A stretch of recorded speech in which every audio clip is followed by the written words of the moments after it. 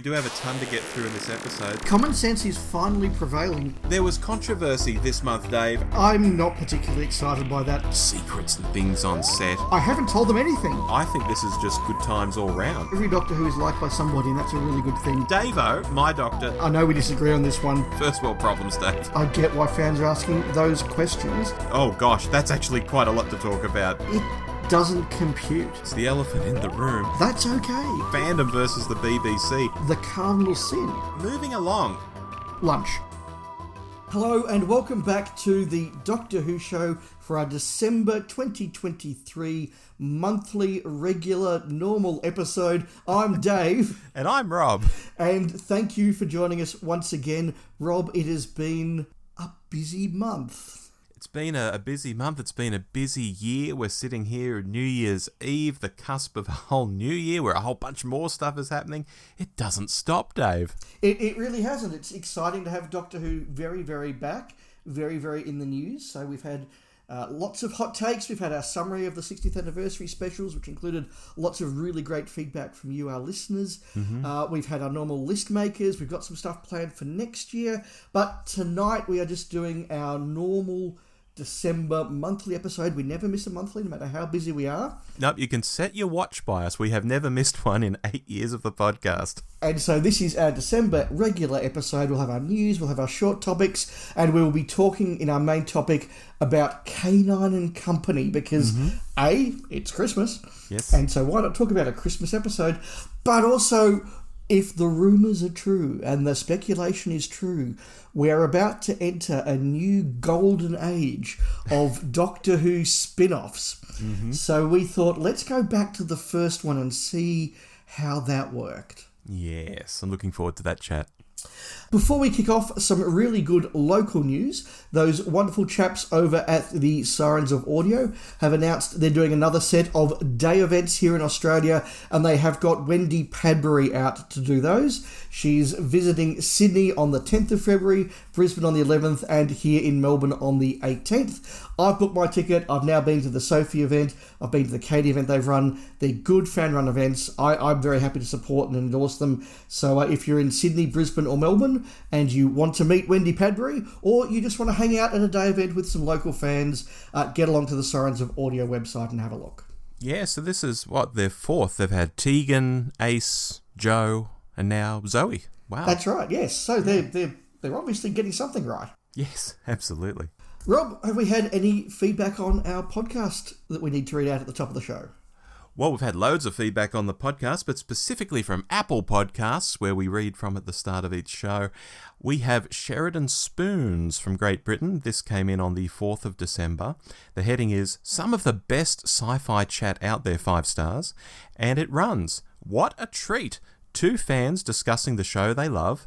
It sounds simple, but very few podcasts have such engaging, knowledgeable presenters. Long may they continue. Thank you very much, Mr. Spoons. Yes, or Ms. It's a Sheridan. It's a Sheridan. You see, I just think of Sheridan as being a bloke because of Captain Sheridan, but that was his surname, wasn't it? Correct. Okay, well, Mr. or Mrs. or Miss or Ms. Spoons, thank you very much for the wonderful feedback. We do appreciate that. Thank you. Now, we'll crack straight into the news because, of course, lots of things are happening. We've just had the series of episodes broadcast. There's more to come. The ratings are in for the 60th anniversary specials. And these are the consolidated 1-week ratings, I believe, Rob? Yes, they are. They are. So the Star Beast got 7.6 million, Wild Blue Yonder 7.1, and the Giggle 6.85. And we've now got the overnights for Ruby Road, which got 4.7 million, which seems lower, but on Christmas Day that was the 3rd most watched program, The King's Christmas Address, of course, being number 1. Thank you, Your Majesty. Yeah, and of course that is just an overnight, so if people are comparing them in their heads to the specials ratings you just read out, which were 7-day ratings, of course they're going to be different. Yes, absolutely. Not trying to make a comparison there. 2 quick thoughts from me on the ratings for the anniversary specials, Rob. The first is averaging about 7 million is pretty good, I think. Mm-hmm. And the second is I'm a little surprised the Giggle got the lowest rating. I would have thought beforehand Wild Blue Yonder would be, because it's sort of the middle one without a really big hook. I thought more people would perhaps tune into the giggle for Neil Patrick Harris or for Shooty. But, maybe a decline is natural. You have any thoughts, Rob?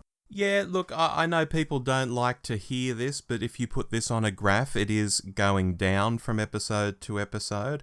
We're not just talking overnights, these are 7 days. You'd think if Doctor Who is back and people have caught the first one and the second one, they'd be really inspired to see the third one, but that wasn't the case. It lost a bunch of viewers between the first and the third episode. There's no denying that. The numbers do not lie. That said, as you've pointed out, Doctor Who is sitting near the top of the day whenever it airs, so these are still good ratings for television in general. But within the ratings, fans were lost across these 3 shows. Yes, I think that's correct. And the real test, of course, is going to be when the new series comes out next year. Oh, absolutely. And we get, it's a run of 8 episodes, I think, for Shooty's first season. We'll see what happens then. Yeah, absolutely. But no, very, very healthy ratings there. Rob, piece of news from you. Yeah, we spoke about this briefly on the hot take for The Church on Ruby Road. Of course, it's the trailer for the next season, but some of you might not have heard that hot take episode. If so, shame on you. But just noting, yes, there's a trailer for the next series of Doctor Who. You can see it on YouTube. And wasn't there some neat stuff in this trailer? The Beatles episode has the Beatles in it.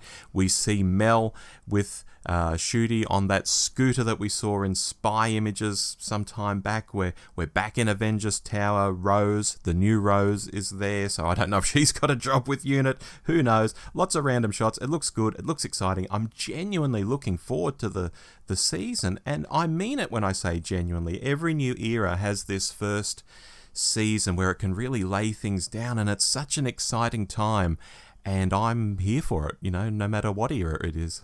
Yeah, absolutely. We're getting that sense of excitement back. I think we are back to the RTD showman style of promotion rather than the Chris Chibnall, I'm telling you nothing style of promotion. Oh, God, yes.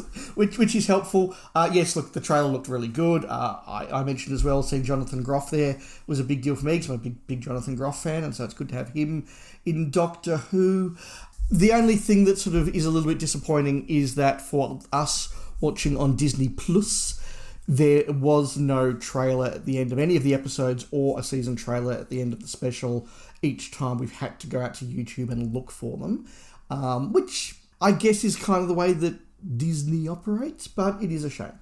One interesting thing we did get on Disney, which maybe the UK people aren't aware of, is towards the end of the episode, it sort of faded out and was like, new era, new Who, and it was almost like an ad for Disney. Then it faded back in to the last bit of the episode with Mrs. Flood. Yes, I wasn't sure if that was a Disney thing or an everybody thing, but that was interesting. I'm assuming it was a Disney thing, because it wasn't really like a BBC thing. Oh, who knows? It felt very Disney to me when I watched it. Yeah, same. But, the BBC's feeling more Disney every day, so who knows? Indeed. Speaking of the Christmas special, The Church on Ruby Road, the novelisation is going to be out in hardback form on the 25th of January. We have had announced novelisations of the 3 specials. This is now the 4th one coming. Now, I don't know whether this means that novelisations are going to be a more regular thing and we're going to get them for the series as well, or whether it's just the 4 specials that are getting them, but watch this space. I think that could be quite exciting. Yeah, it'd be interesting if they did start doing them for everything. As I said, the next series is 8 episodes, so that would be 8 novels.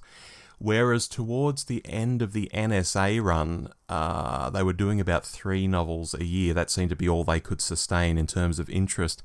So I don't know if they'd suddenly leap to putting out, say, 8 in a year, which they'd have to do to keep up with new stuff coming out year on year now under this new RTD regime.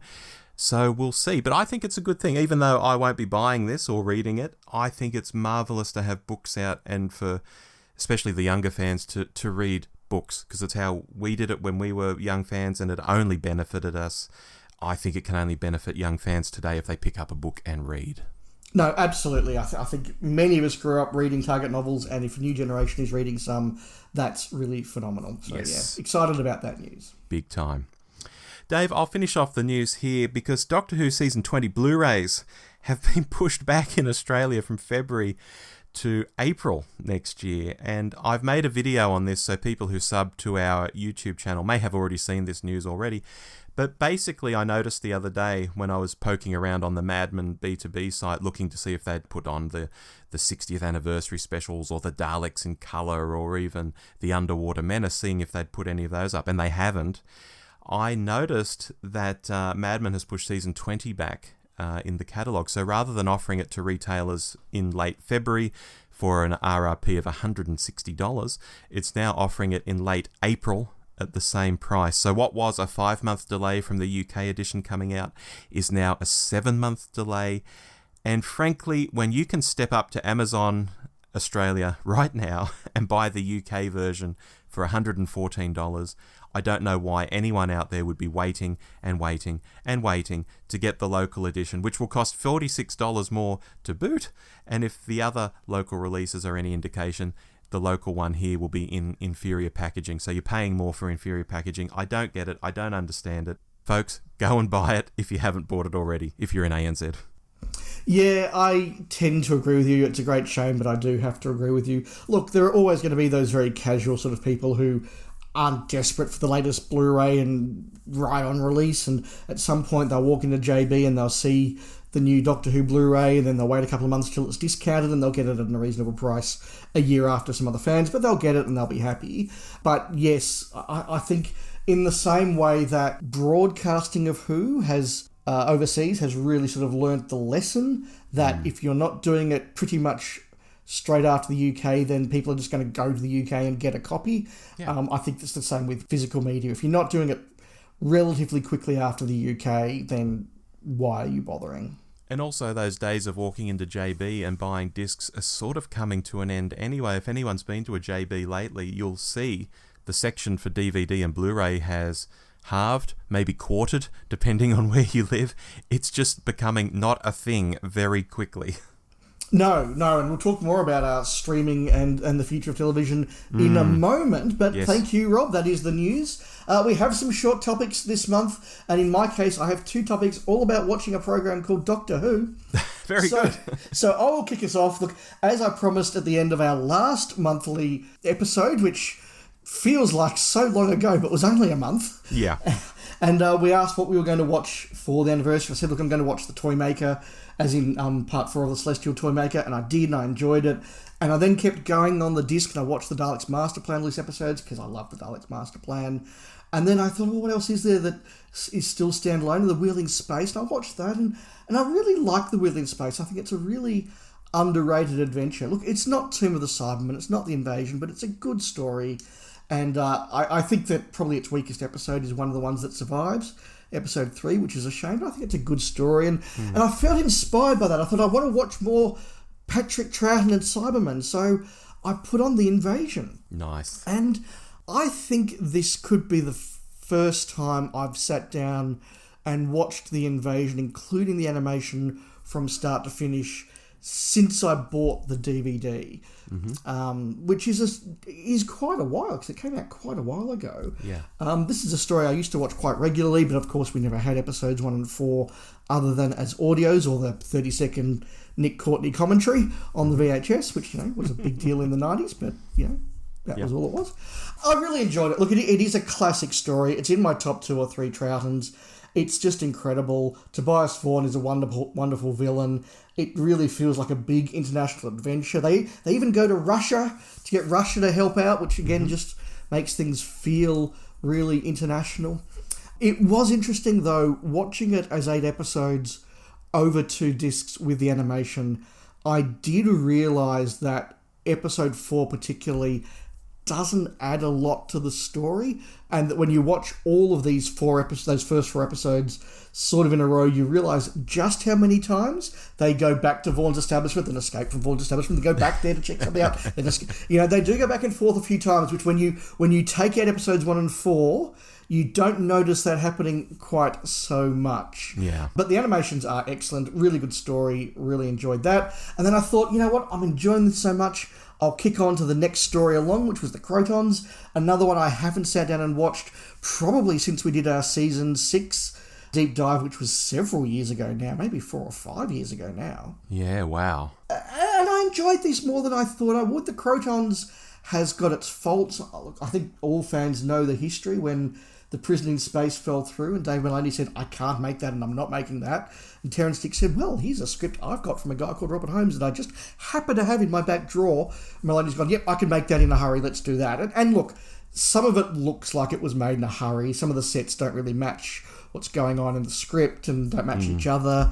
You can see some of the production design is very, very rushed. And look, we get that, but it's certainly not Holmes's best story, but you can really start to see some Holmes ideas coming out there, that sort of little rebellious streak he has, that slightly authoritarian streak he has, the cheeky streak he has, the way he sort of makes fun of the Crotons is really good.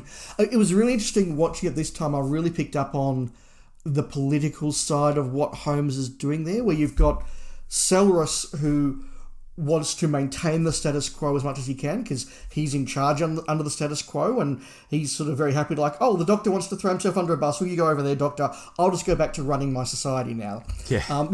There's sort of lots of that, and it's only really when he realises he's lost the support of the people, he's like, oh, well, I'll mix things up as well, but let's do it my way, and can we just go back to the status quo, please? Yeah. Whereas Elic wants to shake up the status quo and free people, not because he loves the people or wants anything, but because if the status quo is shaken up, he gets power. Mm-hmm. And in the end, it's Thara who just wants to be nice to people and frees people because he's sick of his friends being killed by the Crotons, is the one that actually gets power. And I just thought that was a theme that Holmes is going to come back to a lot about these sort of power structures that you see really, really early there. And as for the Crotons, when they first came on screen, I thought this is such a good concept. And, they look really, really good. And then they move and you go, oh, and how many 60s monsters are there that just, even some 70s ones, that just look great on a piece of paper and as a photograph, and then they have to move and interact. You go, oh, what a shame. Yeah, well, the Wirren is a good example of that. The Wirren is a fantastic example of that. And like the Wirren, the Crotons are very clearly just a box, put on top of somebody with no legs. Yeah. So that was good. And look, I also watched The Seeds of Death as well. I've spoken about that story before. I love it. I think it's the best Ice Warriors story. It again feels international. It's that great 60s futuristic take on the world. So I watched some Troughton and I just had a really good time doing it. Oh, that's nice. I mean, that all kicked off with what you were watching for the 60th, and on our last episode, monthly, that is, I said, I'm going to watch, I think, Caves of Androzani. But do you know what I ended up watching on the 60th, Dave? No. I watched a 1-hour Ian Briggs interview from one of the Doctor's behind-the-scenes DVDs. Oh, nice. Yeah, so a bit strange, a little different, but it was quite enjoyable. Yeah, no, I've got a lot of time for Ian Briggs, so that would have been pretty cool. Yeah, it was. A short topic from you, Rob. Yeah, Dave, we're talking about physical media a moment ago, so I'm just going to riff on that for a moment. Around the time of the 60th, there was... I say the time of the 60th like it was so long ago, it was just last month. There was a flurry of conversation online in a few different places, some of the Facebook groups I'm on, for example, about, oh my God, how can I see X episode? How can I see Y episode? People were suddenly very thirsty to see classic episodes. And these people were turning themselves inside out and having meltdowns, particularly over trying to stream the classic era now in different countries around the world. And what I found extraordinary about many of these conversations is that before streaming was popular, which isn't that long ago, relatively speaking, if you stop and think about it, it was perfectly normal and common for fans to own home media. The answer to, how do I watch Doctor Who? Was simply, watch your DVDs, you freak. No more, no less. If you liked a property and you wanted to watch it, you bought it. End of story. And for the past 5 years, I'd say, or slightly more, the trendy answer to that retort has been, oh, well, what's a DVD? Usually with some kind of smirk, as if the person being replied to has somehow foolishly kept all their home media and is now some sort of out-of-touch caveman who's worthy of mocking. Yet, now the birds are coming home to roost, Dave. All of us who said, keep your physical media, or even those who just kept their physical media and didn't go into bat for it online, probably because they were worried someone would call them a dinosaur or something. We're all increasingly standing around these days during these conversations and just shrugging. Like, people are going absolutely feral that they can't watch The Two Doctors or Resurrection of the Daleks or whatever right now. And we're just like, yeah. So, Dave, physical media. Yeah, I think this is a particularly UK issue because outside of the UK, Doctor Who hasn't ever been really that easy to watch. Certainly classic Doctor Who has been very hard to watch on streaming. And so for me, it's one show out and Blake Seven's another that I've always defaulted to just having the DVDs and pulling out the DVDs. Stuff like The West Wing or Buffy or Babylon 5. Yes, I've got my hard media copies and I'm actually going to go and buy the new Babylon 5 big upgraded box set when we finish this conversation, in fact.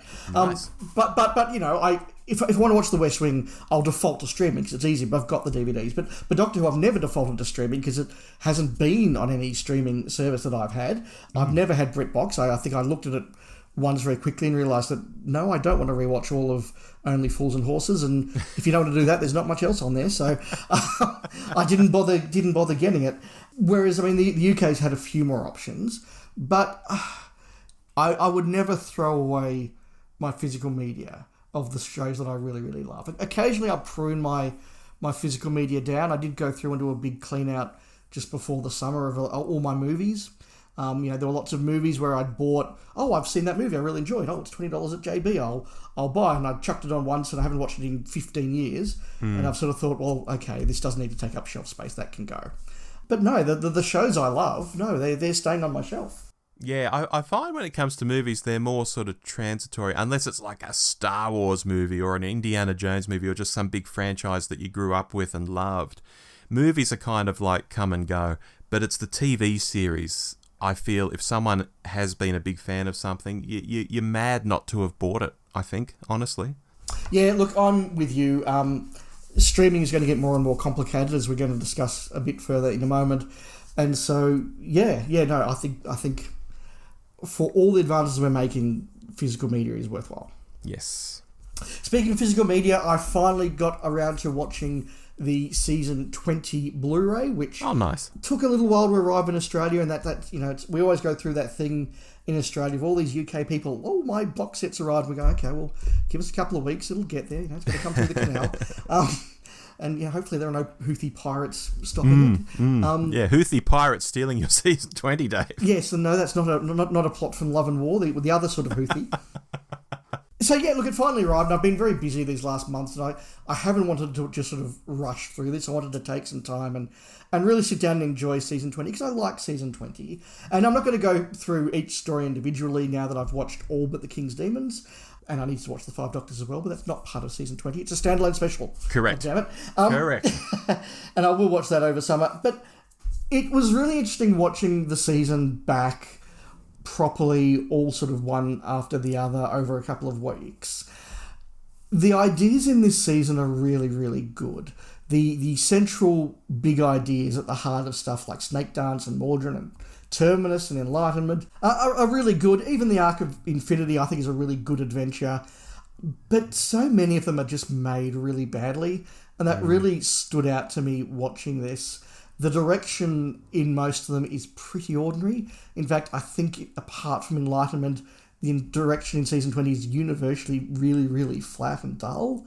The music, I think, is actually pretty terrible all the way across it. A few people, when I've tweeted this, have defended the Mordred Undead score. It doesn't work for me. It's too big and too clangy. And it's a real shame that after season 18, where the Radiophonic Workshop took these on, they really tried to do these unique and different styles for each story. And stuff like State of Decay and Legopolis and Traken and Full Circle all have these wonderful different types of scores. Season 20 just feels like lots of people sitting there in front of an 80s keyboard, hitting the keys really hard and just making like ba ba ba ba, sort of lots of noise. And even Enlightenment, which I think is a really nice score, I still think is let down by the fact it's clearly been done on some sort of 80s synthesizer. And I just wish that they could have done actual instruments for that.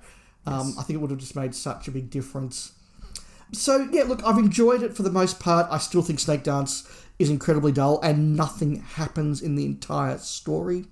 I enjoyed Arc Infinity, good adventure, some other good adventures in there. Terminus is still underrated, is my belief. So, great ideas, but for JNT's third year, And this is the guy that we always fate as the master of the production. He wasn't a good storyteller, but he's a great producer. I sort of go, I think he's let his foot off the pedal a bit here. Yeah, look, that's fair. And it is my third favourite of 3 Davo seasons. I love season 21 the most. You've got Tegan and Turlo there. You've got great stories. I love season 19. You've got Adric and Nissa in there as well with Tegan. This one's that middle season where some of the stories don't land, and it always just comes third for me, Dave. So, yeah, I haven't actually gone back and watched the Blu-ray. I've watched little bits and pieces on the set so far.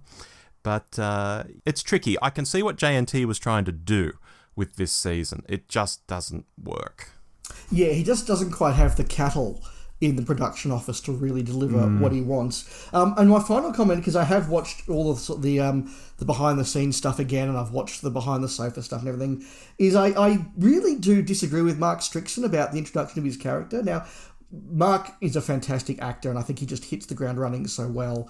One of the highlights of Mordred Undead is the Doctor very quickly realising that this guy is not a school kid from 20th century Earth, and Turlo very quickly realising, the Doctor's realised, and just drops the pretense, and sort of by episode 3, they're just having very casual conversations about the Warpalypse, and it's like, well, okay, this is really interesting, and the way the Doctor clearly knows something's not right, but just wants to keep him close. And there's a really good relationship between them right from the start. And Mark always goes on about, I spent all these stories trying to kill the Doctor and it became a real problem. It's like, that didn't happen, Mark. It was only 2 stories, because you spend Mordred Undead trying to kill him and introducing him. That works really well. Terminus, the whole plot is predicated on him trying to kill the Doctor by sabotaging the TARDIS. So that was an active part of the story. And by the end of it, that's where he's like, no, I can't do this. And Enlightenment is all about I need to break my contract with the Black Guardian. So this idea of, I spent so many stories trying to kill the Doctor and it was a stupid idea. No, Mark, that didn't happen. It's a great story for conventions. I get that, but no. Yeah, there are way more stories where he's not trying to do that. Exactly. Dave, I'll finish up with something that I recently blasted out on X, and you seem to see something in these tweets and want to build on them. So I think I'll just simply read the tweets. How about that? Yeah, I saw your tweet, and I think we were about to have an online debate, and I thought, well, hang on, we're recording in 2 days. Let's do it on a microphone. Yeah, and so I'll join them all together here. Wondering when Disney will realise it would make more money creating content from its IPs and selling it to other streamers, as well as licensing its back catalogue to them, rather than trying to run its own streaming business. The penny will surely drop one day for it. Because here's the thing, presently, everyone wants to be a streamer, and everyone's chasing growth. We can already see how unsustainable that is. Rather than continuing to throw money on the bonfire, the smart thing for Disney, swimming in content and IPs, is to license it all. So rather than trying to find zillions of customers and hope they keep paying those tiny monthly fees, forget all of that. Just sign mega deals with a handful of big streamers and not be reliant on the whims or even the financials of so many individuals. A total no-brainer. Yeah, so I read that and I really disagreed. Rip in, Dave, rip in. So here's my thinking. Streaming is the future. We are not going back to terrestrial TV. That's not going to be a thing that happens. Yep. People like to be able to go to a streaming provider or 2 or 3 or 7 and watch the content they want to watch. I think we do agree that the current model is unsustainable, and particularly as the economy struggles a bit and inflation's high and we have a cost of living crisis across the Western world, people are saying, well, I can't afford to spend $150 a month on 7, 8, 9 streaming services. I'm going to consolidate down to 1 or 2. Mm-hmm. I get that. But from Disney's point of view, and from Netflix's point of view, and from Amazon's point of view, somebody wants to be there at the end of that crunch, to be one of the big remaining streaming services. And from Disney's point of view, yeah, okay, they could take the short-term gain of, let's just sell all our content and have lots of money selling our content, but then they kind of deal themselves out of the game in the really long term, whereas Disney would, I imagine, be saying, look, we can get through the streaming wars because we have theme park money, we have merchandise money, and we have all sorts of other streams coming through, in the same way that Amazon Prime probably thinks they can get through the streaming wars because they sell a whole lot of stuff. They have multiple revenue streams coming through, so they can kind of get through it. Whereas Netflix, if Netflix isn't selling content, Netflix isn't making money. So Disney must surely be thinking, let's make sure we're one of the survivors. And when we go from 20 or 30 streaming providers down to 6, let's be one of the 6. And yep, we haven't made as much money in the short term, but for the next generation, we're sustainable and we're there and we're doing this and we're part of the future. The question is, how much bark do they want to lose in the meantime by sitting it out, and how long will shareholders put up with that? To me, Disney has the raw materials, just like if you make sugar. If you make sugar, there's lots of people who want to buy it from you to make all sorts of things. Or if you make steel, there's lots of people who want to buy steel for all sorts of things, whether it's to build skyscrapers or build cars or whatever. I think Disney has the raw materials. I think they can sit back and just let all these companies do their own thing and crash and burn and rise and fall, whatever, and just not get involved and just not lose the money. Maybe it's just a more cautious approach or a more tactical approach, but that's how I'd do it. I'd just sit back and let all of these guys smash each other in the meantime. Meanwhile, just making money for jam with content you already own. Yeah, but you say money for jam, but if people are willing to pay you an annual or a monthly fee to just have you exist, that could be money for jam as well. Yeah, but you're relying on them. And if they give up the service because they disagree with you politically on something, or they just don't have the money in this cost of living crisis, or whatever, they're gone. Yeah, absolutely. My comment is that a number of these are going to go, and I think Disney is betting that they're not going to be one of them. And at some point they can emerge to rule the survivors. Netflix may be one that survives, or it may not, because it hasn't got those revenue streams. We're already hearing stuff like that the Paramount Plus might be looking to merge with somebody else, and a lot of these Warner Brothers, I think. Yeah, that Warner Brothers, I think. A lot of these US sort of stations where they have 3 shows that people want to watch, and people go, okay, well, I've now watched that show. I haven't watched you again for 3 months. I'm cancelling it. Yeah. What do these smaller networks have to really offer? Okay, I went and watched Frasier on Paramount Plus. Well, until there's another Star Trek series coming, what do I need Paramount Plus for? So, is it going to be sustainable? No. So something like Paramount Plus will probably fold or merge. I've never seen Paramount Plus as desirable at all. Look, I got it. I did a free trial because I watched some of the Trek series. Right. Paramount Plus is one that I do sort of... I subscribe for a couple of months, watch the series I want to watch, and then unsubscribe until there's more. Fair. And this one, I stuck around for an extra month because I wanted to watch the new series of Frasier. But now that that's done, until there's more Trek, I'm not going to subscribe to Paramount Plus. Yeah. Whereas Disney, I pay an annual subscription because, it's got New Who, it's got Star Wars, it's got Marvel, it's got The Simpsons, it's got a whole lot of news shows that I enjoy watching. And so I know I'm going to get a year's value out of my $140, whatever it is, for Disney. So I subscribe to Disney. I subscribe to Netflix because there are regular new shows on Netflix that I want to watch. And they've also got a really good back catalogue. But adding to that and talking about new shows, and I'll talk about a couple more that I have watched when we get to what we've been watching at the end of this, but I did check out the first 2 episodes of Percy Jackson that dropped, because I thought this is, as we've been discussing over the last few months, this is a really good example of what new Doctor Who is up against. This is what new Doctor Who is being compared to. Stuff like Percy Jackson, the mooted new Harry Potter series that's going to come out. And it was really, really visually impressive. Okay. There is clearly a lot of money being spent on this. And the other thing is, having seen the Percy Jackson movie, which is, 110 minutes or so thereabouts, to do one book. This is doing 8 episodes, I think, maybe 10, but I think it's 8 episodes to do one book. And so they're going to a lot more depth and a lot more detail, and they really bring these characters to life. And I just sort of thought, yeah, okay, this is what Doctor Who needs to do to be competitive. It needs to look really, really good, and it needs to really bring characters to life and have you invested, because that's the competition now. Yeah, very much so. Did I convince you, Rob? Oh, Dave, I think we're looking at this from different angles, so I don't think we'll ever agree. I think from our own point of view, from a certain point of view, as Obi-Wan Kenobi would say, I think we're both right. How about that? Oh, wow. Okay, fair enough. Listeners, let us know what you think. There are short topics. That's our news. It's now time to get into our main topic of the month, K-9 and Company. Yes. A little spin-off show that was first broadcast on the 28th of December 1981. It got 8.4 million viewers, Rob. Wow. The way fans talk about it, you would have thought it got about 3 million viewers. Or 3 people and a Dachshund called Bernard. Yeah, it got 8.4 million viewers. Now, it's really interesting watching the material about this. J&T clearly thought he had a spin-off series here. Yeah. But no one was ever going to sign off on a spin-off series, so he did the whole backdoor pilot thing, really before backdoor pilots were a thing in the UK. Mm-hmm. Kind of like Mork rocking up in an episode of Happy Days.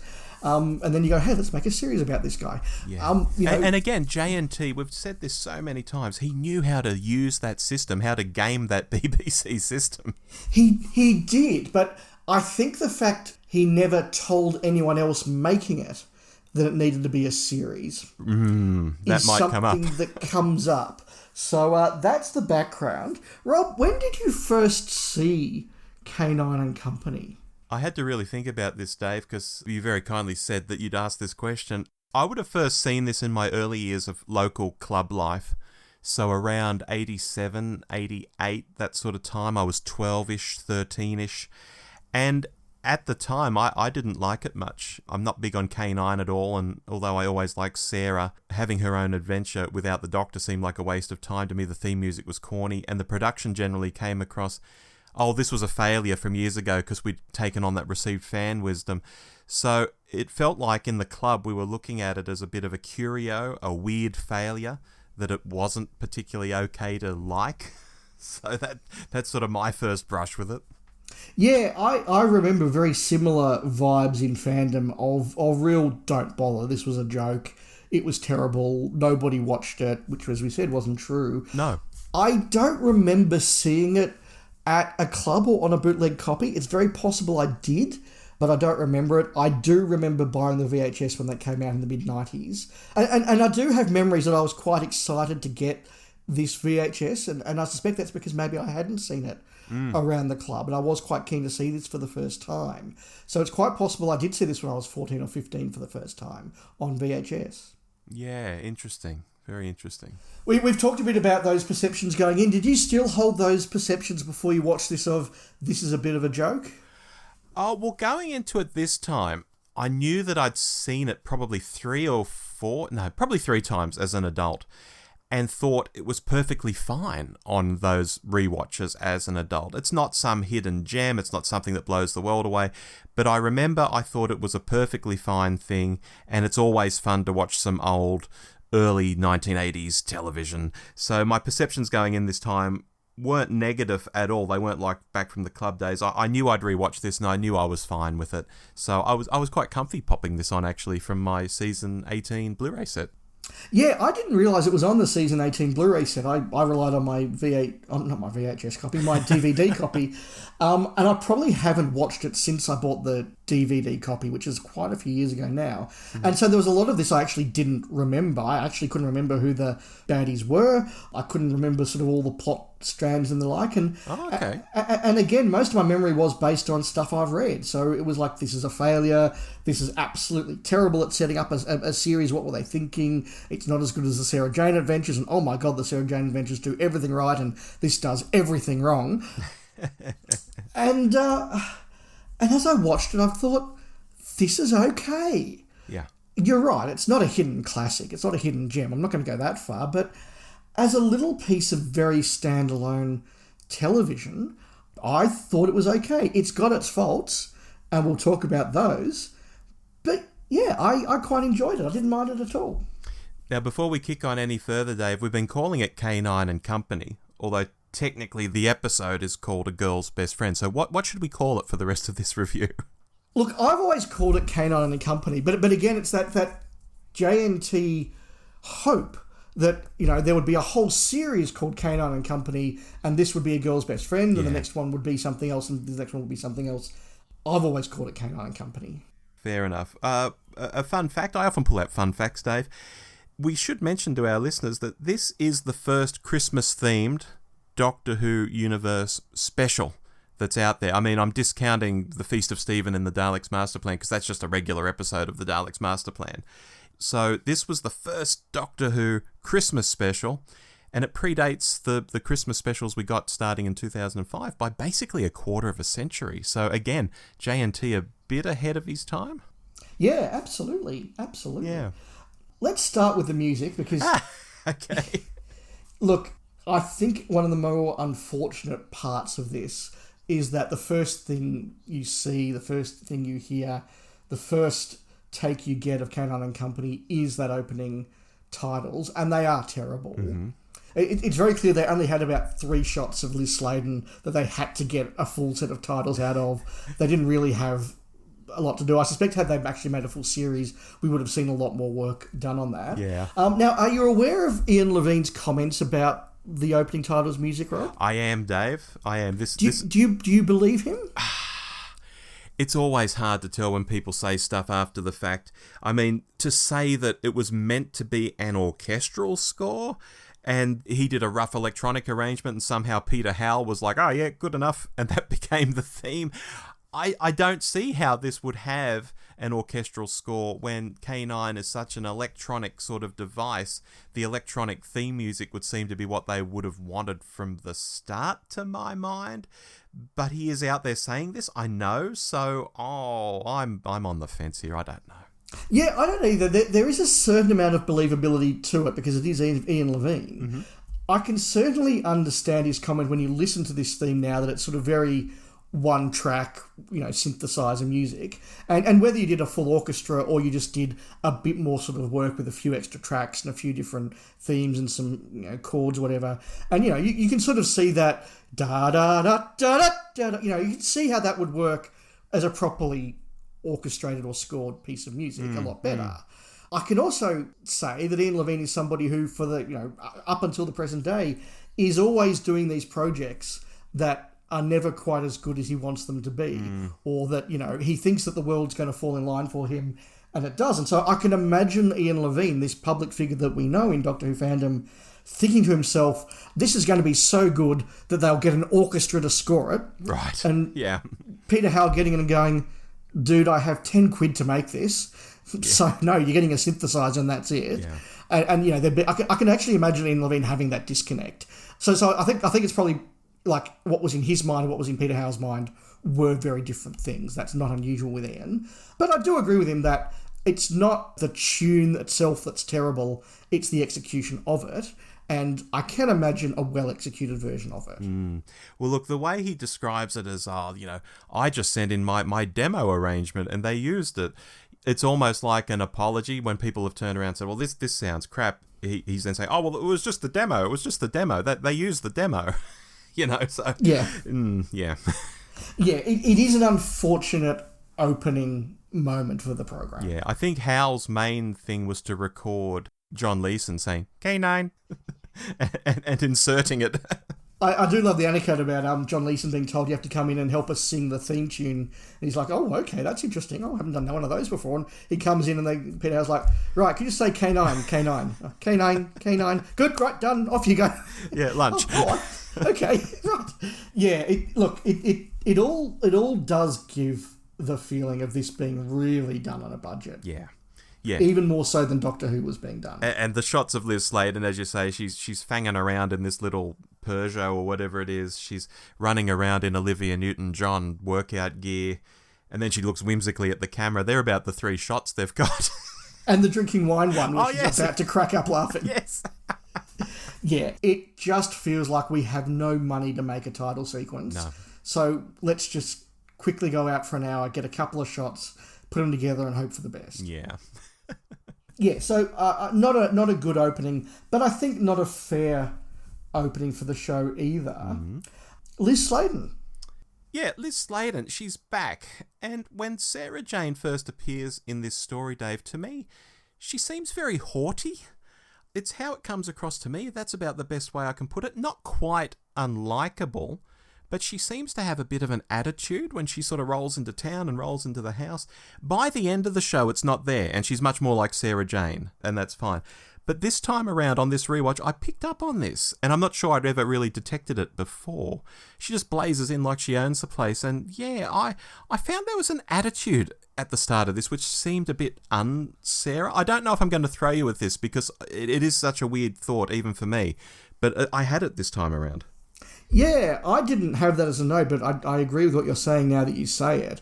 I can imagine Liz Sladen as an actress saying to herself, right, well, time has passed since I last played Sarah Jane. So I need to show the audience this is not the Sarah Jane, the young girl who travelled with the Doctor. This is Sarah Jane who's a bit older, more mature, has a more serious career. It's a very actressy thing to do, whereas the audience probably isn't thinking about that at all. They're just like, I just want to see the character that I like. Yeah. She's like, no, the backstory's changed and my approach is different and I'm going to do this. And I think there is an attempt to sort of go, this is an older Sarah and a wiser Sarah and a more confident Sarah. And as you say, it's kind of a slightly more aloof and haughtier Sarah. But again, as she just has to start running around the countryside with a robot dog chasing bad guys, you just get back to Sarah being Sarah. Yeah. Oh, yeah. Yeah, that's right. And here's a funny thing that grabs me sometimes, Dave. It's probably best we talk about this at the start. I don't know where else to mention it. It's when I realised that K-9 and Sarah weren't actually contemporaries. I mean, yes. They're both memorable characters from the Tom Baker era, and relatively speaking, that's a finite period of television. Yet, they were never together in it, and I think we get this skewed idea. I say we, like the whole audience maybe, I don't know. With things like The Five Doctors, where she's there with K-9, and of course School Reunion, which many New Who fans will know. But when you're watching this, and she uncrates K-9, she has no idea what the hell K-9 is. And I always have this like mini light bulb moment. Oh, that's right. These two don't actually know one another at this stage. It always catches me by surprise. Yeah, it's fascinating to think about how J&T put this together, where he really just has sort of looked at the Doctor Who toy box and gone, who's a really popular companion everybody loved? Oh, Sarah Jane Smith. Let's get her back. What's something else that the kids really love? Because we want to sell this to kids. Oh, kids love K-9. Mm-hmm. Let's get him back. And you can imagine someone going, oh, well, they would never get... Doesn't matter. We're just going to put these things in there. What else do Doctor Who fans like? Oh, isolated villages. Oh, and they're cheap to film in as well. Let's put it in an isolated village. You can see the bits of logic coming together there. Witchcraft. That was big in the Demons. Yeah, and that's been in the news a lot in the late 70s. Let's do witchcraft. Yeah, you can see the bits of the toy box that he's putting together, and in typical J&T fashion, all those bits are really valuable and really worthwhile. Sarah is a popular companion. K-9 was popular with kids. Stuff filmed in English villages does tend to go well with audiences. Has there been a sit down and go, do all these elements work together and how are they going to work together? That, to me, is less so. Well, the storyline is relatively thin when you break it down. I mean, Sarah Jane arrives. She thinks her auntie's met with foul play, so she's sort of investigating that. Brendan arrives. He takes K-9 in his stride. Sarah Jane is still investigating. Brendan's kidnapped. Sarah Jane finds him in time and saves the day. I mean, there's a little bit more to it than that, but that's basically all it is. It's like a scary English village horror for children. And maybe that's quite an interesting concept in and of itself. Yeah, I think the concept is quite good. And after we get past the opening titles, that opening, Coven doing sacrificey stuff at night stuff, it is a pretty good opening. That did make me go, well, this is exciting. We're in an English village and we're doing occult stuff. That's usually pretty good. And I think it is a good opening. And look, there's enough plot for 50 minutes. Yeah. Just. If this was, absolutely. But if you compare this to The King's Demons or Black Orchid or The Awakening, there's not much less plot than any of them. Arguably a bit more than Black Orchid. Yeah, well, that's true as well. Yeah. You mentioned Brendan. Can we have the Brendan chat? Yeah, sure. I again walked into this with the received fan wisdom that he was too old and he was terrible and yada, yada, yada, yada. I found Brendan really likeable. I mean, he's got that nerdy kind of side to him. As I said earlier, he takes K-9 in his stride and he's like, oh, I'm sure you've got this kind of processor and this kind of memory and, blah, blah, blah. And he's just... I'm taking 2 extra A levels. Yeah, well, there's that too. But, and then he's like, oh, we can do soil analysis. And he's got this whole nerdy, geeky side, but he's not annoying with it. I'm not saying he's a cool guy, but he's fine. He came across to me as the sort of young man that a typical Doctor Who fan watching this as a kid would want to grow up to be. Yes. And we'll have a discussion a bit later about sort of, whether this or the Sarah Jane Adventures gets the casting better. But I've seen a lot of stuff about, no, kids want to see younger kids. It's like, well, no, I think kids quite like seeing someone who's a little bit older. Yes. And how Brendan would go for a mainstream audience, I'm less sure. But I could imagine, 6-year-old me watching this, looking at Brendan and going, he's the guy I would like to be. Mm-hmm. He's smart and he's nerdy and he's well-read, but he's a nice guy and he helps Sarah and he's brave. He does all the things you want him to do. I think it's really good. Yeah, he's not that prick in the leather jacket, in the studded leather jacket. Can't think of his name. Peter, is it? I can't recall. No, and he's not a know-it-all per se. He gets excited talking tech with K-9. Yeah. But no, and look, Ian C is like, I didn't realise until I went onto IMDb and checked him out. He actually has a role over a couple of episodes in To Serve Them All My Days, where he plays a refugee boy who's basically sent to the school during the start of World War II. Okay. And plays that part really, really well. Sadly, he's at the other end of the series from the end that Matthew Waterhouse was in, so they wouldn't have worked together. Right. But clearly someone in the casting office, because Giles Gibbs Kent is in that as well, so clearly someone in the casting office was watching To Serve Them All My Days at some point. Mm-hmm. He was also a few years later in an episode of The Bill where he was unrecognisable. He's sort of, grown into his mid-20s by then, and he has an Italian accent, and everything else I've seen him in, including, this is a really good actor, and he actually did get a certain amount of work basically until he decided he didn't want this to be his career, and I think went into the behind-the-camera stuff. So, yeah, I thought Brendan was a really big strength of this. Yeah, completely agree on that one. Other cast members we should probably talk about. Colin Jevons stood out for me. Bill Fraser stood out for me. Of course, Colin Jevons had been in The Underwater Menace. I know him best as Tim Stamper from The House of Cards, or Max, now help me out here, Max Kula Quadrupledine or something. I'm not even going to try.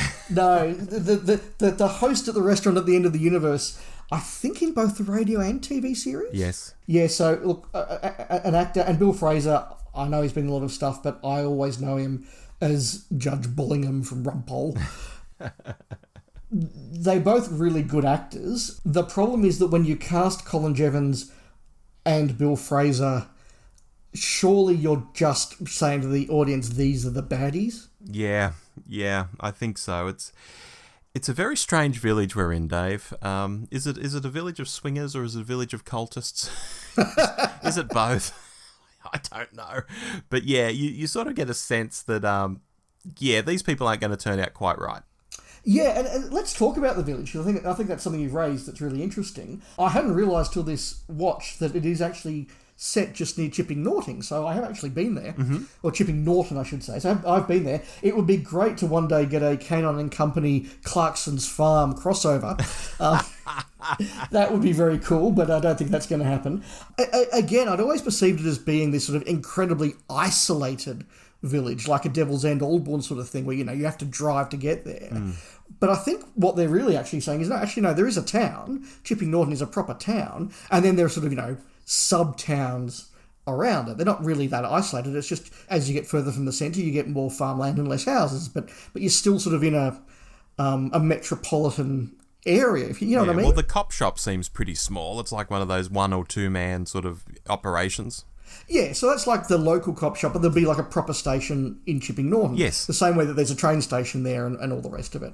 So I don't think the village is quite as small as perhaps we're meant to think of it as being, because otherwise, yes, like if you have got a village of 30 people and 20 of them are in the cult, that doesn't quite work. But I don't think that's what they're actually going for. I'm still chuckling about the Clarkson's Farm crossover. I'm picturing them dancing around the fire, Hecate, and Clarkson shows up. What are you doing? That's right. Oh, the local council won't let me have a car park, but you can sacrifice. I get it, fine. This writes itself. Okay, we have to make this happen. Yeah, look. I think that's the case. Any thoughts you had, Rob? Yeah, look, the size of the village does play into some of my final thoughts, which I'll get to when we get to the final thoughts. It does give a slightly claustrophobic vibe that although there may be civilization nearby, when the phone is cut, for example, which Sarah seems to take into stride, like, oh, of course the phone's cut, But it's still like, you're cut off. This isn't modern times. You haven't got a mobile phone or anything. Brendan's missing. The phone's cut off.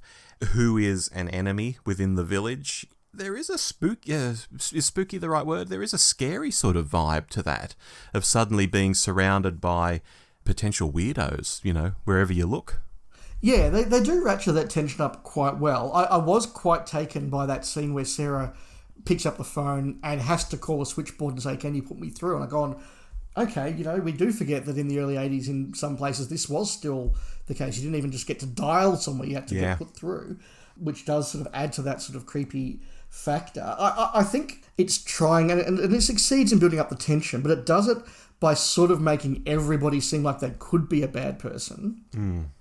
And that has the strength that Sarah doesn't know where she can turn, and as it turns out, does turn to the wrong person. Yes. And spurn the advances of the right person. But the fact that the right person or the friendly people are being very creepy and very seductive, it's sort of a bit of a cheat, and it doesn't quite work on, regular viewing. And look, that does sort of bring me to talk about the ending of it, where I think the biggest flaw in the production is that when you watch a good village murder mystery, there should be enough clues along the way that an audience member watching can go, oh yeah, I see why it's this person. I think it's that person, or we can rule that person out. Whereas this really does sort of cheat.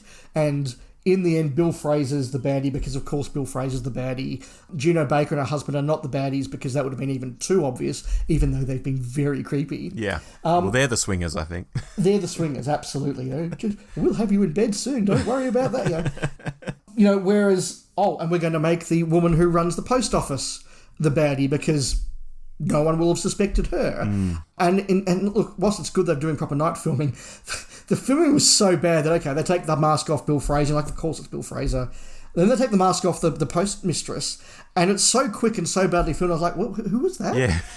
And I had to go back to I pulled out the novelisation and quickly checked to make sure it was her. Yeah. But there was no hint about that, other than, sort of I don't think you'll be popular, but, that's what everybody says in English villages. Mm-hmm. So I don't think that aspect of the plot comes together really well. Yeah, I mean, where could this have gone as a series, Dave? It feels like half the village are the cultists, so surely they wouldn't be in the next story along, like delivering the milk or waving as they walk their dog, like, oh, hello again. I presume Sarah Jane would have written her book and moved on to a more cosmopolitan location. I mean, she's certainly living away from the village by the time of the Five Doctors, if we take the timeline to be, the same. Yeah, and I think that's a really important point. It's one that I wanted to talk about, because, again, when you read a lot of reviews of this, they say, this could never have worked as a series. How could you have her just going around finding another village cult every episode? It would have been ridiculous. It's like, well... they wouldn't have done that. No. So I think it's unfair to say that it's set up the wrong idea for a series. Do you think it could have been a bit Midsummery, where everyone in Midsummer gets murdered every episode? I was going to say there are plenty of English television shows where, you have a village of 6 people and manage to have somebody murdered every week, and, oh, look, we just introduced a new family who's been living here for 20 years this week, Heartbeat's now been going for like 30 years, with a village of 6. So, it can be done, and let's not just say that K-9 and company's at fault there.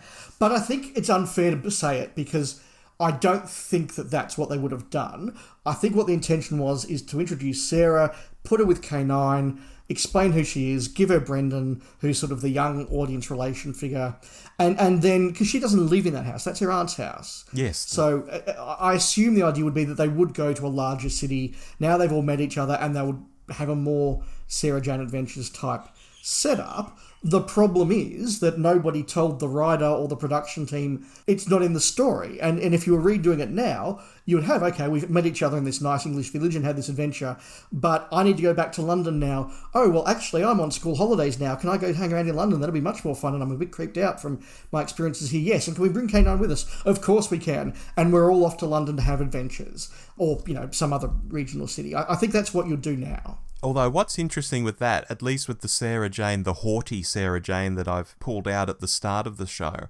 she says to Brendan, like, I'm not here to be a mother, which sort of adds to the haughtiness the way she delivers that line. Although by the end, she's more friendly with Brendan, so maybe that would be more amenable to her. But the Sarah Jane who first walks into this show, she is not interested in hanging out with Brendan or having a Scooby gang that solves mysteries. No, and I think that, nowadays that would be a character arc where she goes from, I'm not having kids, I'm worried on my career, to, you know what, actually this is kind of making me a better person, I'm happier with kids and a robot dog, and let's all go away and have adventures, or... Yeah. Or, Aunt Lavinia has to go back to America, so Brendan has to go back with...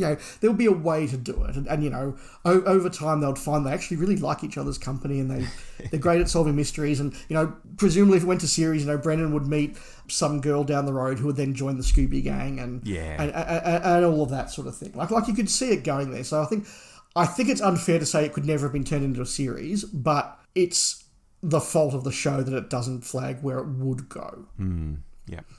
Does the Sarah Jane Adventures do it better? Look, obviously, because it dives straight into it. I don't think that having the younger kids is a huge difference to having Brendan. And again, I imagine Brendan would have had friends if they'd gone to series. But this is the difference between a pilot that RTD and a more experienced showrunner is making, knowing it's going to series, and J&T sort of trying to straddle, oh, no, boss, it's just a one-off, I promise, with... I really kind of want this to become a series, and kind of not quite landing either. Yeah, I think in a very particular way, this is the Sarah Jane Adventures Mark 1. It's Liz Sladen, she's having an adventure, she's got K-9 with her. But if someone was listening to this and they love Liz, or they love the Sarah Jane Adventures specifically, and they haven't seen K-9 and Company, and it's like, oh my God, I've just heard about this from your podcast, I need to see this. I'd caution that this isn't really like the Sarah Jane Adventures at all. It's a whole different era in terms of the look and the feel, the acting and all of that. I think it's being made for a slightly different audience. Liz is at a totally different time of her life. In many ways, particularly at the end, she still is much more like the Sarah Jane that left the Doctor than a much older Sarah Jane. It's a hard sort of thing to answer. I think it both is and it isn't the Sarah Jane Adventures Mark 1. No, and you're absolutely right. There's a very big difference between a piece of television made in 1981 and a piece of television made in 2008, 2009, whenever the Sarah Jane Adventures came across. Yeah. What is really interesting, though, is that whilst Sarah Jane is pivotal to both, whilst both give her a young audience identification figure or two to play around with, in this, K-9 is very much the titular character. He's the one that comes in and saves the day. Yes, Sarah gets to do some judo, but, it's K-9 who comes in and lasers all the cult members and saves the day. Was there a "hi" in there? I think there could have been. I think there was. In contrast, though, one big difference is that the Sarah Jane Adventures, whilst K-9 is there, he spends most of his time in a cupboard, and they clearly don't want K-9 to be the thing that fixes everything and saves the day every episode. That's a really good observation. I mean, I've not watched all of the Sarah Jane Adventures. I haven't even watched a majority of it. So no, I've watched about half, I reckon. Okay, but even from watching half, you've seen more than me, and that's a very interesting observation that I wouldn't have made, for example. Little point from me, a lot of fans have criticised the fact that K-9 is made out of 1981 technology that Brendan can recognise. I've always just assumed that if the Doctor's leaving K-9 in 1981, he's not going to put advanced technology that's going to be stolen and copied and destroy the timelines in there. Oh, but I'll jump in. One of the things when Brendan is going through the shopping list, you've got this, and you got this, and you got this. One of the things he says is like a nuclear motor or something. Yes. He says nuclear, so he does have something very technologically advanced. I don't know why Brendan would assume he has it. So park that. But I think he does have some high tech in him.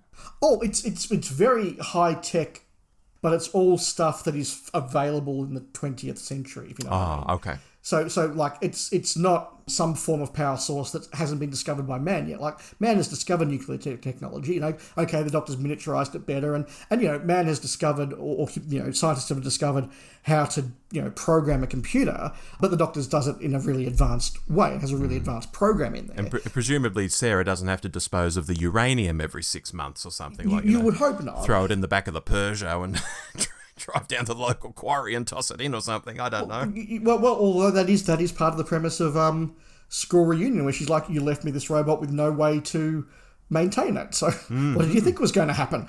So that is a plot point that Russell T Davies does come in. Look, I think that the point is the Doctor's not going to leave technology that is centuries ahead of where mankind is in 1981. Sure. Like that would just be a dumb thing for him to do. And maybe, maybe this does mean that Brendan can, occasionally fix him. I don't know. And the final point I've got before we get to sort of final points is, for all of this sort of lighthearted, we're in a village and everybody's just, play acting a little bit and it's not that serious. We do get a couple of quite nasty moments. The policeman getting killed and sort of finding his body on the road was a moment where I've gone, oh, okay, that's a bit out. Oh, okay, we're being a bit serious. Yeah, he's not knocked out and like, oh, I'm a bit groggy, and he gets up. He's been killed. He's been killed. His body is lying in the road. So, we are going down there. And the sacrifice of Brendan, they do go pretty close to doing it. Now, as I said, I did read the novel, or not the whole novel. I read the last chapter of the novel to make sure I identified who the villains were. In the novel, Brendan is naked. That's interesting, because when he was sitting on the wall in that bedsheet they've got him in, there was a big split up his leg, and I thought, I'm not sure he's wearing underpants. No, the novel makes it very, very clear that he is a naked virgin sacrifice. Yeah. Whereas obviously in this, they put the bare minimum on him, but they still go pretty out there. Literally, I could tell they were really going for that vibe, which is present in so many sort of Hammer films of the 1970s and all of that. And yet this is ostensibly for a more kid audience. It's like nothing they would do today. They wouldn't put a young boy or young girl in a sheet with nothing underneath and suggest they're about to be killed. No way. Yeah, it's not quite Children of the Stones, but it's certainly, a reminder that we are in 1981, yeah. Yeah. Final thoughts from you, Rob? Dave, I think if someone likes K-9 or Sarah Jane, this is a must-watch at least once. Let the theme music just wash over you. Just marvel at how old the early 80s look these days, and just have a bit of fun. It doesn't lead anywhere, but it doesn't have to. In fact, if they'd known this wasn't going to get picked up, or if J&T didn't have visions of having a whole series, maybe they could have fleshed this out a little more, maybe made it a one-off telemovie sort of thing. I think the motivations and the relationships between the cultists in particular could be teased out a bit more, and we could see a bit more of that going on behind Sarah's back and that sort of thing. So, there is a good story lurking in there that could be teased out a bit more. I think it's worth a watch at least once. Yeah, I think it's quite a fun watch. I did enjoy getting back to watching it. I think there's a lot to commend it here. It is a good isolated English village. It's got Liz Sladen playing Sarah Jane. That's always great. K-9 is actually used quite well here, and better than I think in a lot of Doctor Who TV stories. Brendan is a great character. I really enjoyed Ian Sears' performance. It's got Bill Fraser. It's got Colin Jevons. This is a really good cast. Yes, the fault is that it's clearly done in a rush. Terence Dudley, who wrote the script, and let's face it, is not a great script writer, has written a very basic script that's cheating a little bit too much. But as a little adventure introducing K-9, Brendan and Sarah, it works perfectly lovely, and I agree with you, it does remind you how long ago 1981 was, and it was a different time. So taken as what it is, I think it's a perfectly enjoyable little artefact. I think that the series would have been quite different to the pilot had it ever happened, but you can see the germs of the Sarah Jane adventures here. Oh, definitely, and that's fun. That is fun. So I'm really glad we just randomly decided to watch that. Yeah, it was something different. Now, Rob, we have a number of listener emails. Yeah, emails, Facebook comments, YouTube comments. It's been coming from all directions from our listeners, and we thank you for it. It's really great to know you're out there listening to us and have your own thoughts that you want to share with the other listeners. Absolutely. So we've got a few to whip through. Rob, do you want to get us started with a regular correspondent from Northern Ireland? Yes, this is Neil C. via email. He says, "Salutations, fellas. I'm going to apologise now because this is long. Okay, where to start? I was speaking to Rob just after the third special, indeed he was, and I was going to email in for your feedback show, but alas, I decided to hold back and watch The Giggle again.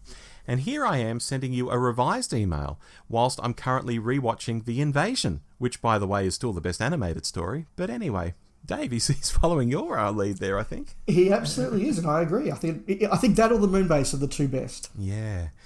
The 60th. I'm not going to lie. I feel disappointed after it. Reason being, as much as it was great to see David Tennant and Catherine et al. Back, it just didn't feel like a celebration of the show at all. I enjoyed The Star Beast. I thought it was fun, albeit there were some unnecessary lines in it, but more on that later. And I thought it set a decent platform for what I thought would be a good celebration of 60 years of Doctor Who. However, Wild Blue Yonder bored me to tears almost. I'll admit, when I first watched it, I had been out on the lash all night. It stuck it on when home whilst poleaxed. I was like, WTF is going on here? When I woke up again the next morning, I thought I'd better watch it again. And it bored me again.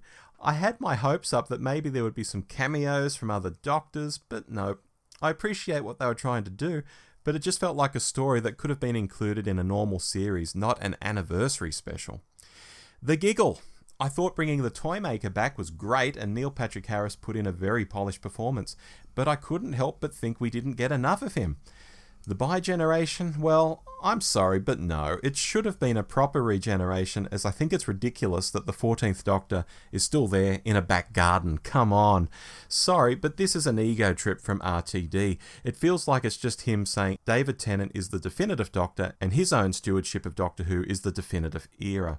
P.S. This is not a slight on David Tennant at all. He is a super Doctor, or Doctors, I should say, and he is one of my favourites. But I just feel this undermines the new Doctor.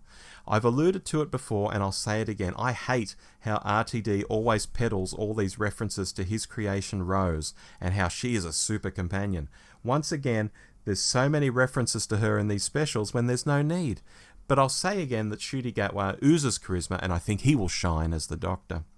All in all, it was great having Doctor Who back on our screens, but this was a massive missed opportunity. It didn't celebrate the show at all, in my opinion, and to think people bashed the 50th, it was miles better than this. Multi-Doctors, Tom Baker, the original titles and theme tune, etc., etc., but this was just meh. And last but not least, I know you guys touched on it in your show, but I'm sorry, RTD's take on Davros, do me a favour, what a load of nonsense, and the unnecessary lines about trans and binary, etc. What was the need? I had absolutely no problem at all with a trans person being cast, and I like that Doctor Who is a diverse show, but those lines where the Doctor is being shouted at and all, seriously, wise up. This feels like an ego trip and I find that disappointing. Anyway, back to The Invasion. My favourite Troughton era story. Why can't we just go back to simple stories like this with good writing and not overly complicated arcs or trying to out-ridiculous the previous showrunner, etc. Hope you guys had a great Christmas and have a happy New Year. Alon Z, Neil C from Carrickfergus, Northern Ireland. Thank you, Nillas. That's some good plain speaking facts from Carrickfergus. I don't agree with everything you said, but I can understand all of it. It's all very, very fair. Yes, and Happy New Year to you too. Absolutely. Peter Thompson via YouTube, who is commenting on some of our recent hot takes. 100% agree with you about RTD trying to divide fans. We had enough of this during the Chibnall era. I always remember the first New Year special resolution. It had 13 trying to call unit, only to be told this had been shut down due to funding issues. This seemed like a blatant anti-Brexit jibe. Brexit certainly divided the UK, so when more than half voted for it, there are going to be people who voted for it watching the episode.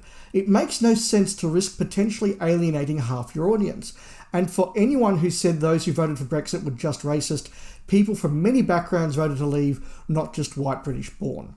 I also, like the two of you, hate the word woke. It's just become a slogan these days used by people who don't have anything interesting to say. So just to say something like, this show sucks, so woke. Someone once tried to argue to me that Series 12 was anti-white. I explained the Doctor was white, that the Master was played by an Asian actor for the first time, with Lenny Henry as his evil henchman. Graham was also the voice of reason. The person replied that these were just exceptions. For me, people mix up politics and bad writing. The concepts in Orphan 55 weren't bad, it was the execution. Most people agree that the episode's message was important, but its delivery failed, which basically had the Doctor lecturing the audience. Not seen The Green Death in years, but it's a good example, showing how normal everyday workers can be affected. The invasion of the dinosaurs is quite a fun little romp, and it shows the Doctor at the end being very sorry for the bad guys. Their plan was messed up, but their reasoning was understandable. That episode basically highlights the dangers of pollution, but it doesn't feel too forced. Thank you very much for that, Peter, riffing on some thoughts that we had in our special summary episode, Rob. Yeah, particularly the thought that when we see a writer or even a showrunner of something, not even just Doctor Who, but anything, and they're like, oh, this episode this week, it'll really piss some people off. It's like, well, why? Why are you wanting to do this? These are loyal fans of your product. Why do you want to annoy them? Why can't we write something inclusive? Yeah, interesting. Yeah, and I agree with the point that he's making, that most people are pretty down with the messaging of, being better people and being inclusive people and of course looking after the planet. But how you deliver that message is what matters. Exactly. I have here an email from Art Lyon. This is the first time Art's written into us, so hello Art, thanks for listening to the show. He says, I really thoroughly enjoyed your recollections of and personal histories with Doctor Who. This is our 60th anniversary episode, Dave. Just a short month ago. Yeah, just a short month ago. I like how you structured it, going back and forth between you about the different eras of Who and of your lives, rather than one of you going through their whole history with the show and then the other. That's interesting, Dave, because that's something we did deliberately plan. Yes, we were trying to work out how do we cover all this in one go. Yeah. I was aware of Doctor Who during my childhood in the 70s, but mostly because of references in genre pop culture magazines like Starlog. It aired on a local public TV station. I'm guessing Art's in the US. So I would come across it and just didn't get it, I guess. I was a big Star Trek fan, and Who is in many ways a very different kind of show. And there's also a cultural factor. Since I grew up in the US, yep, there we go, the penny drops, and just wasn't exposed to much non-US shows. Decades later, my kids discovered it with the relaunched Who on Netflix here in the US about 10 years ago, and I got sucked into it very quickly. Since then, I've watched all the new stuff at least once, most of it more than once, and some episodes and specials I keep going back to. I've watched a smattering of episodes from the original run, and I'm slowly making my way through from the very beginning. Oh, good on you, Art. I've read some novels and comics, listened to a number of 8th Doctor productions from Big Finish, I listen to Who podcasts, and I basically can't get enough. I'm a bigger fan than my kids are. My Doctor is probably David Tennant, but I'm also kind of fascinated by Paul McGann in the role. How great is it that previous actors from the show have been able to continue to flesh out their adventures in audio productions? I've been a lifelong Star Trek fan too, and over the past couple of months, with all the excitement about the 60th, I realised that in Doctor Who I have another Star Trek. A universe of fun, rich, meaningful, hopeful, upbeat, fantastical stories in various media. I'm really grateful for it.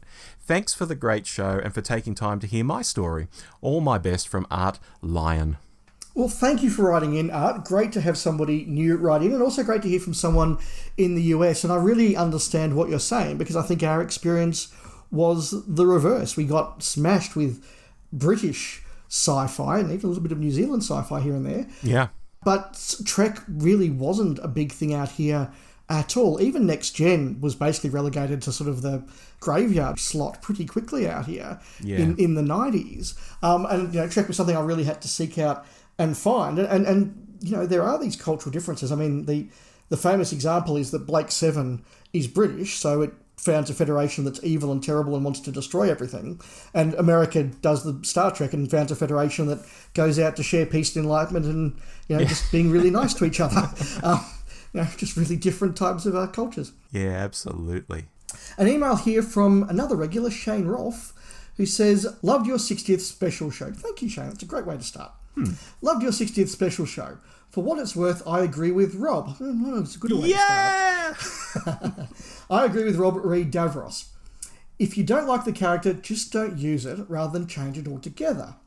Also seems weird considering you then have a special with a unit scientific advisor kicking butts whilst being wheelchair bound. Make more heroes like her then, if you want to combat perceived negative opinions of somebody who is half Dalek and not even in a wheelchair. It surprises me that a fan nerd like RTD would think this. I'll just jump in, Dave. Although he says he agrees with me, I think you also made the point that if you didn't want to do Davros traditionally, just don't use the character. I think you made that point yourself. Yeah, look, I mean, we were both sort of on a similar page to that, but yeah. Absolutely. My first memory of Doctor Who was being terrified by those bug-eyed creatures and those silver robots fighting in caves, and then someone was trying to undo a buckle of the funny man with the scarf and it would blow them up. I think we know what that one was. I think we do.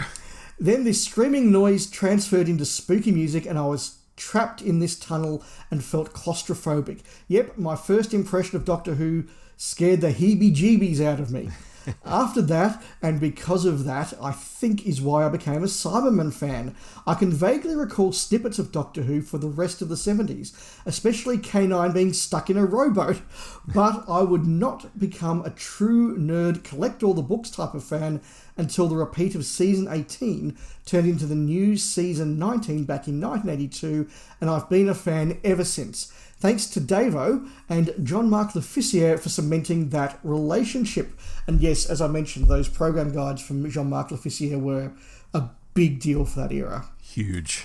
Cheers, keep up the good work, Shane Roth. Yeah, that's really nice. And we have a review of Revenge of the Cybermen, which I'm sure Shane's heard, but if other listeners haven't heard it, go and look back through our back catalogue. Absolutely. Dave, I'll continue. I've got a piece here from Glenn Hewitt via Facebook. He says, "Hi, hope you're all well. I just wanted to say thank you for a great podcast. In recent times, I had moved away from Doctor Who. The excitement of the 60th and the various trailers pulled me back into the world of the Doctor. Not that I fully left, but it wasn't really a main focus. I was still watching The Odd Story and grabbing the lost TV episodes via Audible. In between watching recent Doctor Who documentaries and favourite stories such as Spearhead from Space. All of this has led me to your show, and as such, I'm working my way through your past episodes." Oh God, I wonder where you've started, Glenn. Surely not at episode 1. Oh no. Loved your overview of Series 8 from 1971, and Dave probably won't remember, but I frequently used to post comments and the like on his Goodies podcast. All the very best, and take care. No, thank you, Glenn. I absolutely remember you're an active participant in the Goodies Pirate podcast, so thank you for moving across to the Doctor Who show. Brilliant. A quick one on Facebook from Nick Pickering. Absolutely love the show. It's passionate, informative, fun, and not negative or combative. I don't know how you guys manage it, but I'm glad you do. And thank you for the great year of podcasts and looking forward to the new year. Wait till he hears our review of Ruby Road, Rob. Oh, yeah. Hopefully we were not negative or combative there as well, although we did disagree a bit. Oh, we disagreed for sure. But I think, the listeners like that. Thank you, Nick. That's lovely. I'm going to move on now. Doris Day is back, Dave, via YouTube. And this is in response to our Top 5 Companion Debut Stories episode of The List Makers. Doris says, "Good choices. Mine would be, in no particular order, Martha in Smith and Jones, along with Graham, my favourite New Who companion, for all the same reasons as yours. They don't mess the character up either. I'm not a fan of RTD Who, but he got Martha right in so many ways. Freema was fabulous too." Hear, hear. Vicky in The Rescue. What Dave said. Instantly likeable. I love the scene at the end where she has the little chat with the Doctor before joining the crew. Then I've got no one. That Sad is a face. great scene, yes. Well done. Yeah. Joe in Terror of the Autons. Instant adorability overload. Kooky. So 70s. How could the Doctor not fall in love with her? Autons are back. Say hi to the Master. The chair. The policeman. The stunt in the quarry. The carnival masks. The daffodils. The Target novel. Oh, what a great comment there. Yep. Sarah Jane. Funnily enough, I disliked Sarah Jane Smith at the time. I wanted Jo back. And this new woman behaved like a teacher, not a hippie. However, a great journey starts with a single step. Sontarans, pseudo-historical. Sarah Jane Smith getting stuck in straight away. We learn a lot about her and the type of character she is throughout these 4 episodes of The Time Warrior, and I still miss the character and the actor. Next up, The Pilot and Bill. Bill was my favourite thing of the Capaldi years. That one season was a good move. The pilot gives her stuff to do, the Dr. Bill dynamic is cute, and we're left with unanswered questions that are taken care of via Bill later on.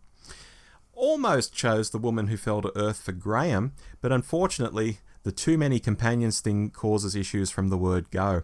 I liked his backstory and I liked Grace, although did we need a fourth companion? In fact, I wish Chibbers had replaced Yaz with Grace. That's actually a comment I've made before, Dave. A young lad travelling the universe with his nan and his nan's boyfriend. That could have worked. Belated Merry Christmas. Enjoy the shooty. I'm still not watching, but I am listening. Thank you very much, Doris Day. Now, Rob, we've had a late-breaking piece of feedback. We're going to just sneak in at the last moment. Yes, Dave, what I have here is a Facebook comment from Damien Isaacs, who's just made it in time for the episode. He says, "Hi, gents. As a cricket tragic living in Perth, I watched the cricket first. 7:30am on Boxing Day is the best. My wife and I loved the episode for what it is and had to do. A light Christmas romp that had to properly introduce the new Doctor and companion. Yeah, the plot was thin, but most importantly, compared to the Chibnall-Whittaker era, it brought the fun back. We really like the energy of Shooty, but I've always said the best Doctor moments are when they need to get serious, and we then find out what kind of Doctor they really are. We didn't see it here, but I'm confident it's coming. I'm leaning to Mrs. Flood being a wink and a giggle appearance, but I'd bet a lot of money Ruby's mum will show up again. Ultimate fan theory, Ruby's mum is Rose. So much more to unpack, but I'll leave it with my favourite line, health and safety, gin and tonic department, which I can see used in clubs for a whole generation. Enjoyed your hot take as always. Looking forward to the next season." That's interesting. There's nothing in that I would disagree with. It just landed slightly different for me. It's weird how that happens. It really is. But no, thank you for that quick piece of feedback. Thank you. And we've had other comments, little comments here on X, and, I'm sure more will come in on our YouTube uploads and so on. Apologies we couldn't fit them in before the end of the year, simply because you hadn't written to us at the time of recording this. No, but thank you to everyone who's written in over 2023. There's been a lot of new names come through, and that's always really exciting for us. Super exciting. Love it. Rob, very quickly, what have you been watching this month other than Doctor Who? Oh, good question. First up, I've been watching One Piece, which is a show where I hadn't seen the anime before. I've never read the manga, yet I dived in feet first and I loved it. This is on Netflix, Dave, and I think it's something where you need to like the aesthetic. You need to believe in a world where a boy can be made of rubber. And there are really bizarre pirates roaming around. And although it feels like the 1700s, people are wearing t-shirts and there are neon lights in bars and things like that. It's a bizarre show, but the overall story of having a crew of friends who'll stand by you, I think is super strong and so well done. I love it. I've also watched Rebel Moon and really enjoyed myself. It's getting slain out there by the Zack Snyder haters, but I couldn't care less about them. When the level of discourse is along the lines of, oh my god, Snyder has ripped off Seven Samurai for this, he's a hack. But if you ask them, did George Lucas also rip off the Hidden Fortress to make Star Wars? The mental gymnastics they go into is really quite extraordinary. Is it a perfect film though? No. Will it be better in the longer R-rated version? Probably. We'll see. And finally, I've been watching an old TV show called Whites, which is an Alan Davis vehicle from about 2010, where he's the executive chef at a hotel. He's a bit past his prime. His sous chef is Darren Boyd, who was in the original Dirk Gently series as Stephen Mangan's Offsider as Dirk. His restaurant manager is Catherine Parkinson from the IT Crowd. His clueless waitress is Izzy Sooty from Peep's Show. This has a lot of cool people in it, and it's really light, funny stuff, and I really like it. Only 6 episodes for Whites. That's very interesting. I have watched the first couple of episodes of One Piece, and I did enjoy it. That lead actor has got a huge amount of charisma. Massive. So yes, young Mexican guy, yeah. Yeah, so I will go back and finish that. I have been watching on Disney The Artful Dodger, which is a series starring Thomas Brodie Sangster, who some may know as the kid in Love Actually, and he's done a whole lot of other things since then. And David, Doctor Who? And indeed Doctor Who, yes, he's in my favourite new series, Doctor Who. And David Threlfall, who's again, in a lot of wonderful stuff. This is set sort of 18, 20 years after the events of The Tale of Oliver Twist, and it is set in colonial Sydney, which is a really interesting setting. I got through the first series of this very easily. Good actors, good characters, a good setting, just kind of really fun Disney TV, so that was really good. And I have now watched the final season of The Crown. The first 4 episodes, which was the Diana stuff, I was utterly bored by. I've never been particularly fascinated by Diana, and I just found her character here and the story here utterly dull. But the last 6 episodes that wrapped up the series I actually thought were pretty good. Tony Blair is probably the best written of all the Prime Ministers they've done. I've tended to find the Prime Ministers have been a bit of a weak link in this series, but Tony Blair was really well done. William was really well done. The departure of Princess Margaret was probably a highlight. Very, very sad, but just very well done. And look, once you get used to the Peter Morgan fantasies out there and you sort of just accept that, okay, this didn't happen, but this is Peter Morgan being a bit creative and a bit dramatic and putting the soap into it. Once you have that mindset, I think it works really, really well. I struggled with the middle of The Crown, loved the first couple of seasons, but it's ended on more or less of a high. My biggest fear with that, Dave, is there is a kind of person out there, though, who watches fantasy and don't seem to realise it's fantasy, or they do, but they will still make comments like, oh, wasn't that character a real bastard for what he did? And they're talking about the real-life person based on something that happened in a fantasy. I find that very dangerous and weird. Maybe it's just the historian in me. I don't know. No, I absolutely agree, and that was a concern that I needed to get past to get back to enjoying the series. It's the same as the Doctor Who An Adventure in Space and Time TV drama, which it's a wonderful piece of drama, but particularly the back end of that, there's just stuff there that just didn't happen. Yeah. And, you know, it eases very much on the production team's excuses for getting rid of William Hartnell rather than some of the realities of what happened down there. And again, like as a piece of drama, if you know the truth, you go, okay, that's a really good piece of drama, but it's always a concern that our fans are going to watch it and go, I now know the history. It's like, actually, no, you don't. You know the fantasy. Exactly. Next time, Rob. Next time, Dave. Well, this is all you because I'm going on a break. You are. We're having our annual January summer special with the chaps over at 42 to Doomsday and Spacefall. We will be doing an episode in January, and the main part of that episode we are going to be chatting about a particular story, and as always we are going to get the audience to vote on which story that is. So I have a few nominations here. Now, everybody didn't see everybody else's nomination, so we'll see if there's a pattern coming up. But Mark from 42 to Doomsday has nominated The Ribos Operation. Mm-hmm. Richard from Spacefall has nominated The Androids of Tara. Yes. I am nominating The Keys of Marinus. Right. And Rob, you're going to give us our fourth, and I don't know what that is. Please tell us. I feel like I've picked badly because you've already got 2 Tom Bakers, but mine was Robots of Death. Robots of Death it is. So we have 3 Toms and a Hartnell to vote for, but that's okay. We're going to have a very old school fan discussion, I suspect. So that's coming up in January. We've got lots more planned for 2024. We've been working through our early schedules at the moment, just tossing ideas around. I think we know what novel we're going to talk about at some point, Rob, and we know a couple of other things we're going to do. I think that come February or March, we're very keen to do our ultra cold takes on the Star Wars prequels. Yes. And I mean, I say I'm having January off, but I will come back and do a list makers with you, Dave. We've got to record, what is it? Where Humanity is the Monster. Top 5 stories where humanity is the monster. Yep, that will be out in January. So we're going to be talking Doctor Who. We're going to be talking Star Wars. I'm determined, for reasons I cannot explain, I was reminded of the New Tomorrow People series, the 1990s version of it, which is sat on my DVD shelf for probably about 10 years, never watched. I did watch it when it came out in the 90s, but haven't watched it since. I'm going to watch that again and see if it's terrible or it's good nostalgia. We'll find out. Hopefully it's going to be a fun year. I think it's going to be a great year, Dave. Really do. Fantastic. Well, everybody who listened to us in 2023, thank you very much. We look forward to talking in 2024, where, of course, we have a whole season of Ncuti Gatwa's 15th Doctor. Rob, we are going into a year knowing that there is a season of Doctor Who. This is not a frequent enough occurrence. We should embrace it. We should enjoy it. But we've spoken for long enough now. I've had a great time. I'll see you in the new year. I've been Dave. I've been Rob. Happy New Year, everyone. We'll speak again very soon, next year. Bye-bye. Goodbye. You've been listening to The Doctor Who Show with Rob and Dave. Find us online by searching for The Doctor Who Show. We also love it when you write in. Drop us a line anytime at hello@thedwshow.net.